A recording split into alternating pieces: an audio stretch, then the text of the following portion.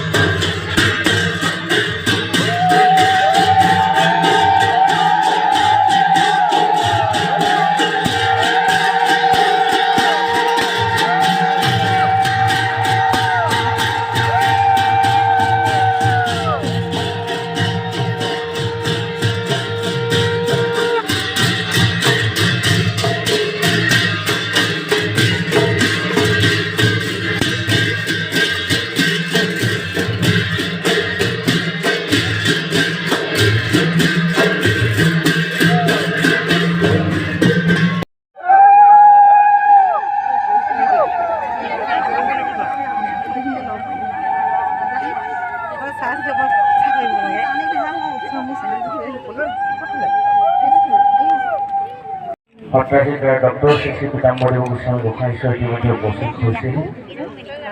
বতৰৰ প্ৰতিকূল অৱস্থা প্ৰভু ঈশ্বৰ আপোনালোকৰ নিমন্ত্ৰণ ৰক্ষা কৰি মানৱ বিৰোধীবোৰ সঁচাকৈ সময়তকৈ প্ৰভু ঈশ্বৰ প্ৰায় আধা ঘণ্টা সময় আগতে আহি উপস্থিত হৈছিল।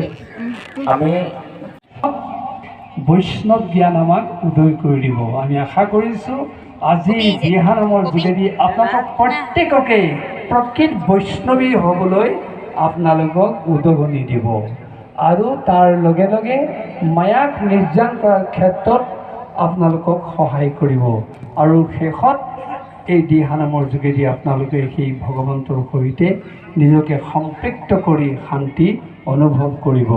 ভগৱান আৰু আমাৰ মাজত কোনো পাৰ্থক্য নথকা এটা অৱস্থা সৃষ্টি হ'ব। আমি আশা কৰিছোঁ আপোনালোকৰ খৰিয়া ভেটাত আজি যি দিহানামৰ অনুষ্ঠানৰ আয়োজন কৰা হৈছে, অসমত যিমান দিহানাম অনুষ্ঠিত হৈছে এই অনুষ্ঠান সকলো অনুষ্ঠানতকৈ ব্যতিক্ৰমী অনুষ্ঠানলৈ ৰূপান্তৰিত হ'ব। এই দিহানামে কেৱল দেখাক দেখি আজি ইয়াত নাম গাই ক্ষান্ত নাথাকিব। এই দিহানামৰ আইসকলে এই মহাপুৰুষ শ্ৰীমন্ত শংকৰদেৱে আমাক কীৰ্তনৰ যোগেদি যি নামাপাৰ্ধক আজি 14 কাতিত আমি যি নাম আৰম্ভ কৰিছিলোঁ সেই নামে আমাক এই পৰিৱেশ আনি দিলে। সেই পৰিৱেশ আমাক আনি দিলে আৰু ইয়াতকৈ চাগে আৰু শান্তি, ইয়াতকৈ চাগে আৰু সুখৰ বাৰ্তা একো থাকিব নোৱাৰে। আমি আশা কৰিছোঁ আপোনালোকৰ সেই দিন সমাগত হওক। আমি আকৌ কৈছোঁ আপোনালোকৰ আজি দিহানাম গতানুগতিক দিহানাম নহয়। এই দিহানামে আমাক সেই বাৰ্তা প্ৰদান কৰিব। বতৰ বেয়া গম পাইছে আপোনালোকে। এই নেৰুৱাৰ শৰণ তোমাৰ, এই যে নাম ফাঁকি আমাক গাবলৈ ক'লে কিহৰ কাৰণে? কেৱল মাছ চাউল খাবৰ কাৰণে, কেৱল সকাম ভাঙিবৰ কাৰণে নহয়। আমাৰ সংসাৰ জীৱনত স্বামী স্ত্ৰীৰ সম্পৰ্ক আছে, সেয়া লৌকিক সম্পৰ্ক। কিন্তু আমি প্ৰত্যেকেই জীৱাত্মা, প্ৰত্যেকেই প্ৰকৃতিৰ স্বৰূপা। এজনেই পুৰুষ, সেইজনেহে মহাস্বামী।